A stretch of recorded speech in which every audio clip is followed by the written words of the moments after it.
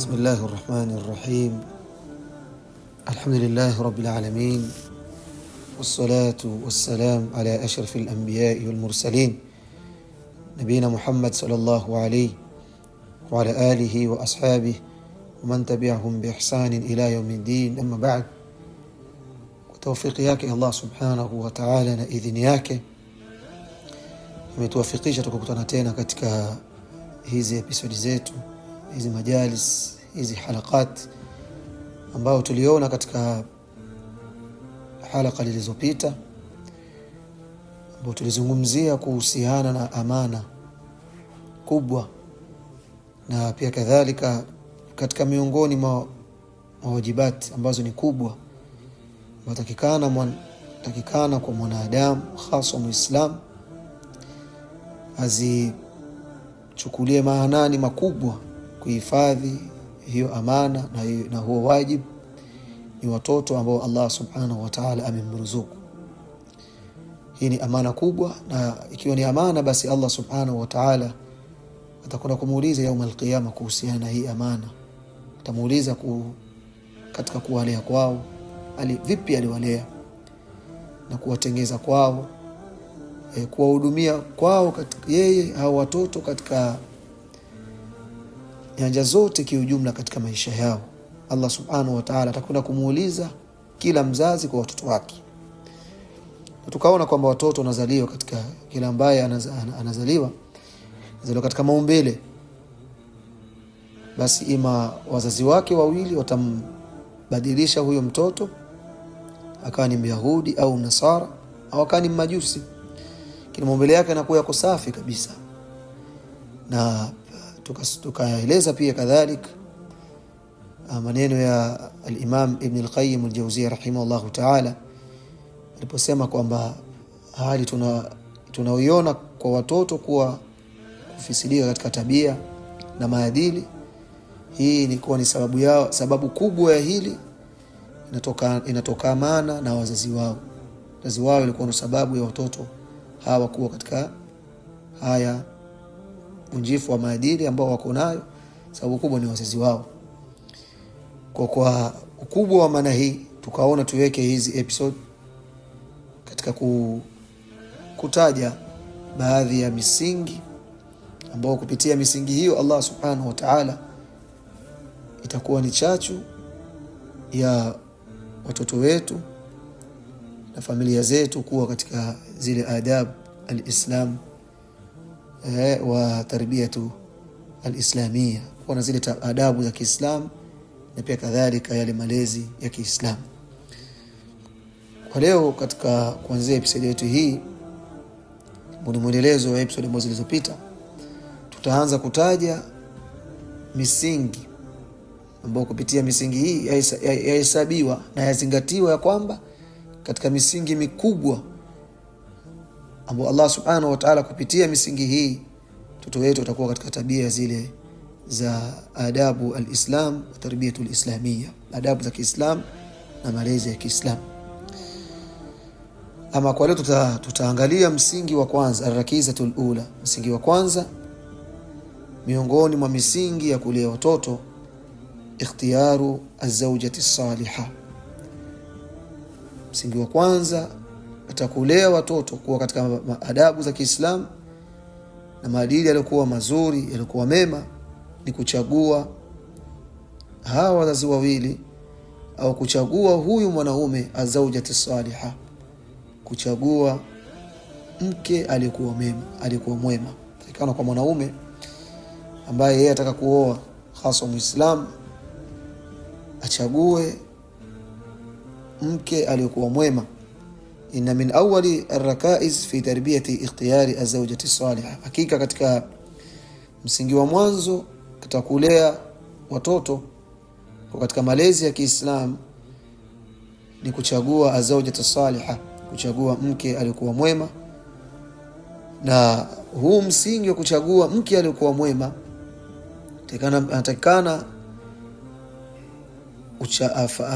afanye machaguzi haya kabla Allah subhanahu wa ta'ala ajawaruzuku hawa wazazi bil aulad, kabla hajaruzukiwa na watoto, basi ni juu yako wewe antajitahida fi ikhtiyari zawjatin ma'rufatin bil istiqamati was salahi wat taqwa.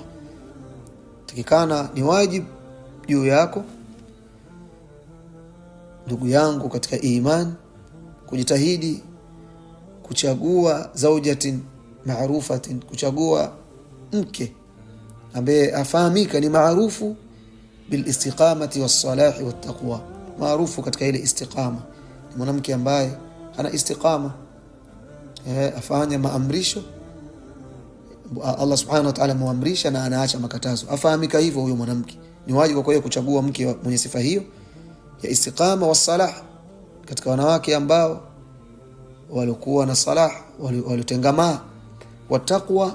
Na pia kadhalika chagua mwanamke ambaye ni maarufu kwa kumcha Allah subhanahu wa ta'ala, lianna ni kwamba huyo mwanamke satakunu aunan laka ala tarbiyatihim, atakuwa huyo mwanamke ambaye ana sifa hizi ambaye ni wajibu umchague, ana istiqama, ana salah na ana taqwa, atakuja kuwa huyo mwanamke ni msaada kwa wewe, atakusaidia wewe ala tarbiyatihim, juu ya kuwalea watoto, wataadibihim, na pia kadhalika kuwafundisha adabu zilizokuwa nzuri, na pia kadhalika pia vile vile au watoto takuwa katika yale makuzi yaliokuwa mazuri.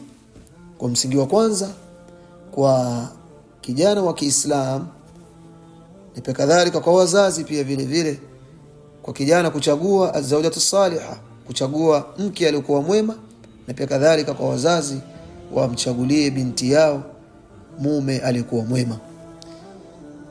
Imekuja hadithi kutoka kwa Mtume Muhammad alayhi salatu wassalam, anasema alayhi salatu wassalam, alipokuwa akihimiza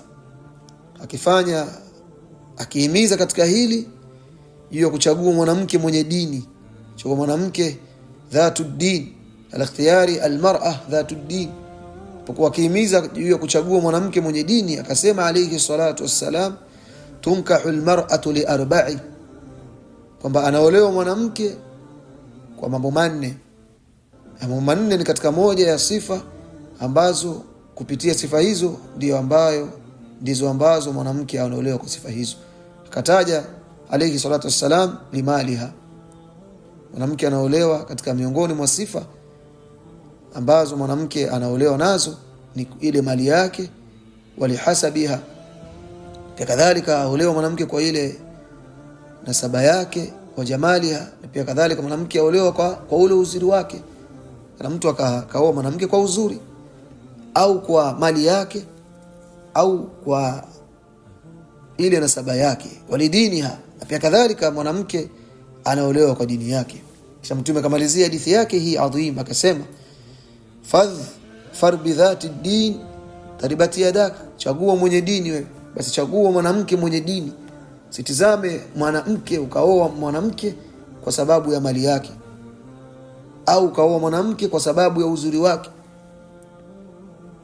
Ukuangalia dini wewe, ukaangalia mali, kuangalia hii gharadhu dunia kwa sababu ya malengo ya kidunia wewe, kama ambavyo wakafanya baadhi ya vijana, wakawa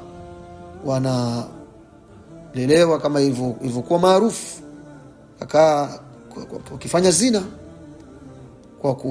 kwa kukaa na wanawake, ukawa nawalia wao hao vijana. Atizami yule kijana, yeye atatuangalia, angalia pesa au angalia uzuri.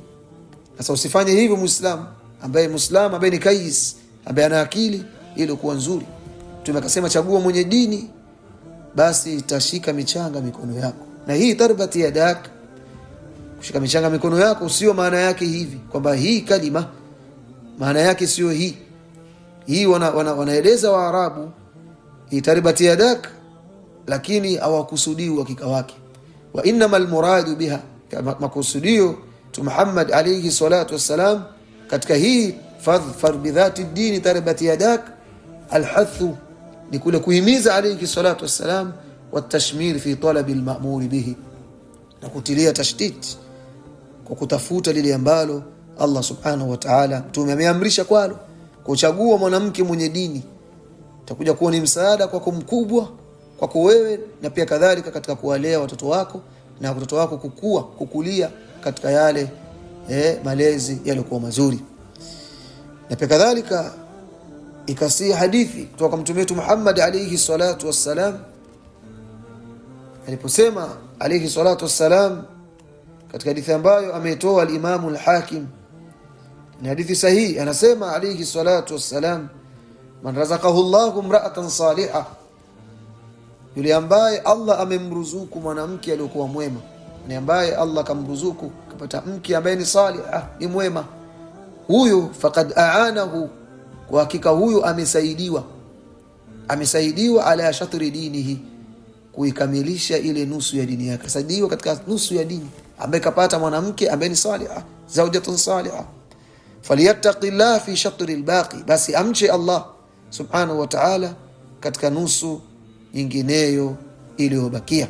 Yule ambaye ambaye ameruzukiwa na Allah subhanahu wa ta'ala mwanamke aliyokuwa mwema, basi afahamu ya kwamba amesaidiwa katika ile nusu ya dini. Falyattaqillaha fi shatri albaqi, basi amche Allah subhanahu wa ta'ala katika ile nusu iliyobakia.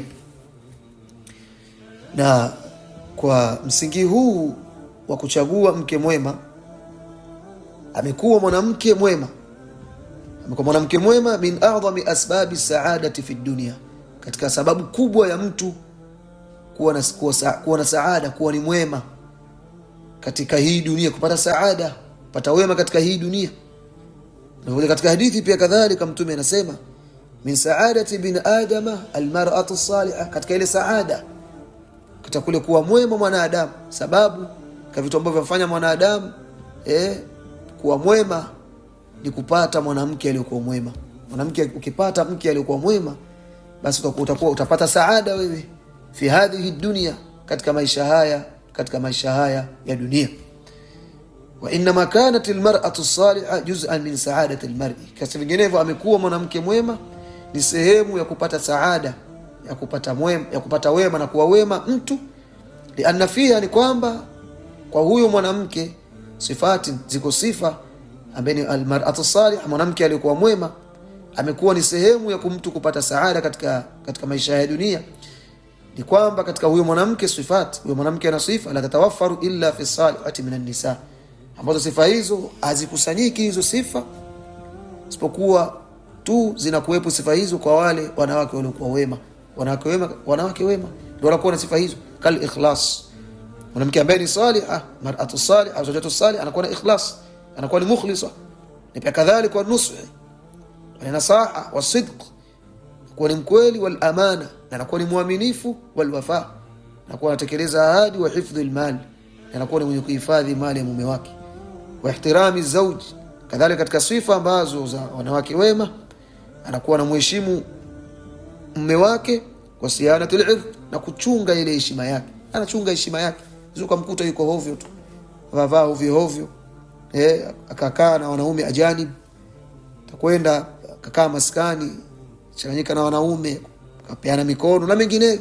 Mwanamke ambaye ni salihah hana sifa hizi. Na kadhalika katika miongoni mwa sifa zake, wa husni tarbiyati lil aulad, na pia anakuwa ni uzuri, malezi yake ni mazuri kwa watoto. Kisha pia kadhalika huu wema wake ambao wanao tuliotaja katika hizi sifa zake, ikhlas, as-sidq, usiyanatul irdi, husn tarbiyati lil aulad, wa hifdh al-mal, ihtirami az-zawj.